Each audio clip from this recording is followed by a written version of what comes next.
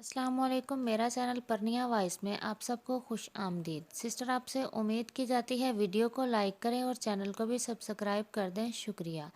Sister آج میں ایک ناول کے ساتھ آپ کی حاضر خدمت ہوں۔ چلیے چلتے ہیں ناول کی جانب، جس کا نام ہے سن سائیاں، قسط نمبر 8۔ یہ ہماری اولاد ہے۔ دلاور نے سیف کو گھورا۔ ہم اس کی اولاد نہیں، ہوگا وہی جو ہم چاہیں گے۔ سیف الملوک، ان کا لہجہ درست تھا۔ سب کی نگاہیں ان کی جانب اٹھیں۔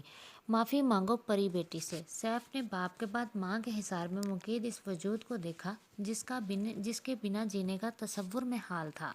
میں اپنے تمام برے رویوں کے لیے معافی مانگتا ہوں۔ سیف نے معافی مانگ کر سب کو حیران کر دیا تھا۔ چند منٹ بعد وہ لوگ جانے کے لیے اٹھے تو بلا ارادہ سفینہ اور قاسم کی نگاہ ملی۔ سفینہ نے نگاہ چرائی جبکہ قاسم نے قدم ان کی جانب بڑھائے اور مقابل کھڑا ہوا۔ سفینہ کی آنکھیں نم ہوئیں، سب ہی ان کی جانب متوجہ ہوئے۔ آپ خود کو کبھی اکیلا مت سمجھیے گا۔ آپ بھلے ہی مجھے بیٹا تسلیم نہ کریں مگر آپ قاسم کے لیے شارکہ اماں کی حیثیت رکھتی ہیں، نہایت محبت اور نرمی سے کہتے۔ اس نے عقیدت سے ان کا سر چوما۔ کیا اس پیار میں تھوڑا حصہ دار میں بھی بن سکتا ہوں؟ شہریار نے قریب آتے ان دونوں کے گرد بازو پھیلائے۔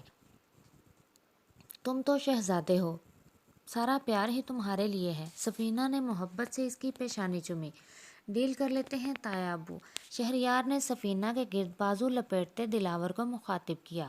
وہ کون سی؟ آپ لوگ میری آپی کو بابا کے پاس لے کر جا رہے ہیں، ہم مما کے پاس رہ جاتے ہیں۔ نہیں، سفینہ نے شہریار کا چہرہ چھوا۔ میں تمہارے باپ کے ساتھ مزید زیادتی نہیں کرنا چاہتی، تم ان کے پاس رہو، ماں کی آنکھوں کی ٹھنڈک بنے رہو۔ قاسم اور شہریار نے نرمی سے ان کے ہاتھ چومے۔ تم کہاں جا رہے ہو؟ سیف کو گاڑی کا دروازہ کھولتے دیکھ کر دلاور نے سنجیدگی سے پوچھا۔ ہم گھر جا رہے ہیں نا بابا سائیں، ہم میں تم شامل نہیں ہو۔ چابی قاسم کے حوالے کرو، اپنے لیے کوئی کنوینس منگوا کر اپنے شہر والے گھر جاؤ۔ مگر کیوں؟ اس نے منہ پھلائے احتجاج کیا اور اس انداز میں وہ اس قدر کیوٹ لگ رہا تھا کہ پریسا کے لبوں کو مسکان چھو گئی۔ بیٹی کی جانب متوجہ سفینہ کے دل سے ان کے لیے دعا نکلی۔ بھلے سیف نے اظہار نہیں کیا تھا مگر اس کی آنکھوں سے جھلکتے جذبے پریسا کی اہمیت کا چیخ چیخ کر اعلان کر رہے تھے۔ جب تک تم اپنے غصے کو کنٹرول نہیں کرتے حویلی میں قدم مت رکھنا۔ ایک ماہ بعد، سیف تم اسے گود میں لے رہے ہو یا نہیں؟ ماہم بھابی نے 3 روز کے بچے کو گود میں لیتے اسے ڈپٹا۔ قاسم ان کی نوک جھونک سے محفوظ ہو رہا تھا۔ نہیں بھابی، میں نہیں لے رہا۔ بچے کی پیدائش کے تیسرے روز وہ آج حویلی آیا تھا، حالانکہ ہاسپٹل میں وہ ساتھ ہی تھا۔ کیوں نہیں؟ بھابی نے اسے گھورا۔ یہ گر جائے گا بھابی، کبھی خانی اور یاور کو تو نہیں گرایا تم نے، تو اپنے بچے کو کیسے گراؤ گے؟ قاسم بھائی نے نرمی سے کہتے اس کا شانہ تھپکا۔ وہ دونوں تو بڑے ہیں مگر یہ تو اتنا سا ہے، وہ پیدا ہی اتنے بڑے نہیں ہوئے تھے۔ تمہاری اطلاع کے لیے عرض ہے وہ بھی اتنے ہی چھوٹے تھے۔ اب بہانے چھوڑو اور بچے کو گود میں لو، بھابی نے نرمی سے کہتے نیلے کمبل میں لپٹا بچہ اس کی گود میں دیا۔ سیف نے بے تحاشا دھڑکتے دل کے ساتھ روئی سے نازک وجود کو دیکھا جو سو رہا تھا۔ دلکش مسکان لبوں پر سجائے جھک کر نرم پیشانی کا بوسہ لیا تو پورے وجود میں پرکیف سا احساس سرایت کر گیا۔ چلو جاؤ، اس کی ماں سے بھی مل لو، بھابی نے نرمی سے کہا۔ وہ احتیاط سے بچے کو گود میں لیے کمرے میں داخل ہوا۔ آ جاؤ بیٹا، اسے دہلیز پر کھڑے دیکھ کر نورین نے نرمی سے کہا۔ کیسا لگا بیٹے سے مل کر؟ نورین نے بچہ اس کی گود سے لیتے محبت سے پوچھا۔ میں الفاظ میں بیان نہیں کر سکتا اپنے احساسات۔ اس نے جھک کر ننھے گلابی پاؤں کو چوما تو ماں نے اس کی پیشانی چومی۔ پریسا نے مسکراہٹ دباتے اس کو بچے کے پاؤں چومتے دیکھا۔ تو مسٹر اکڑو محبت کا اظہار بھی کر سکتے ہیں، خوش رہو، ماں نے دعا دیتے بچہ پھر سے اس کی گود میں دیا۔ میں تمہارے لیے چائے بھجواتی ہوں۔ چائے پی چکا ہوں مما، کھانا لگوائیں، بھوک لگی ہے۔ نورین سر ہلاتے باہر گئیں تو وہ بیڈ پر آ بیٹھا۔ ایک نظر پریسا کا ممتا کے نور سے جگمگاتا چہرہ دیکھا۔ یوں تیری شناخت مجھ میں اترے، پہچان تک اپنی بھول جاؤں میں۔ فہد، اس نے بچے کا ہاتھ تھامتے نرمی سے پکارا۔ ماما سے کہو بابا بہت شرمندہ ہیں۔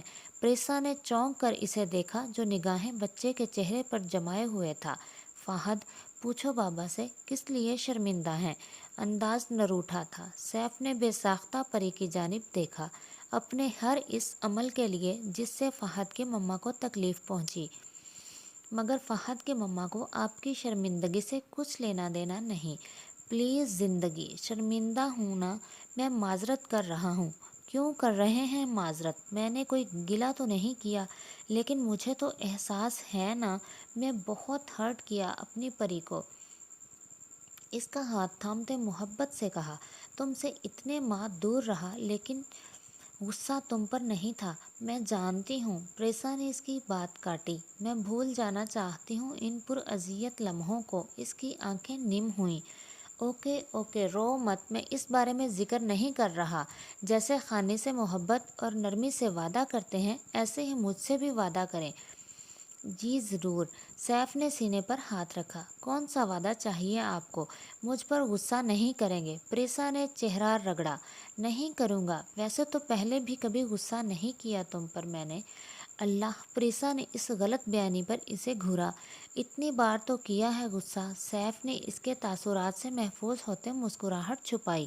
وہ غصہ تم پر نہیں، تمہاری حرکتوں پر آتا تھا، لیکن خیر، آئندہ وہ بھی نہیں کروں گا۔ ہم مما سے ملنے جائیں گے، ضرور جائیں گے۔ اس نے فوری سر خم کیا۔ فہد کی دلہن میں اپنی پسند سے لاؤں گی۔ سیف نے مصنوعی خفگی سے اسے گھورا۔ یہ کیا بات ہوئی؟ جب زندگی فہد نے گزارنی ہے تو فیصلہ بھی یہ خود کر لے گا نا۔ اوکے فائن، پری نے مسکراہٹ چھپائی۔ چلیں اب جلدی سے بولیں۔ Parisa Saif ul-Malook I love you. Saif اس کی چالاکی پر ہنس دیا۔ Parisa Saif ul-Malook I love you too. یہ چیٹنگ ہے، میں نے کوئی اظہار محبت نہیں کیا تھا۔